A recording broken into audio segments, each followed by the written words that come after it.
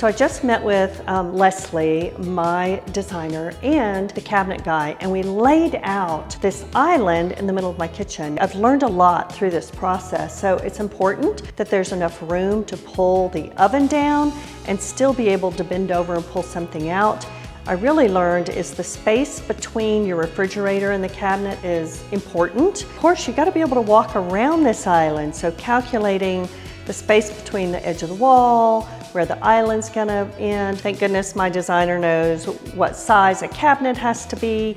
So we're doing drawers, we're doing garbage pullouts. So we did a lot of calculations and moving and measuring and really eyeballing what's gonna work. We're doing some upper cabinets. I haven't really told you guys a whole lot about that. So cool to have help and have a professional who really walks me through these things.